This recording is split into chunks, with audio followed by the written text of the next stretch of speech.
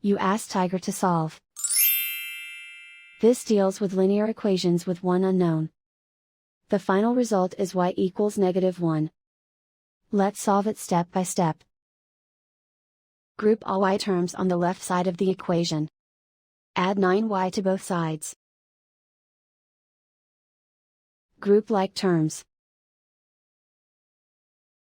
Simplify the arithmetic.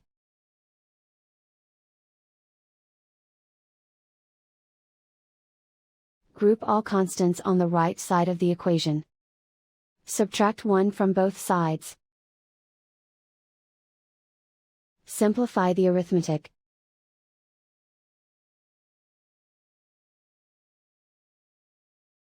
And so the final result is y equals -1.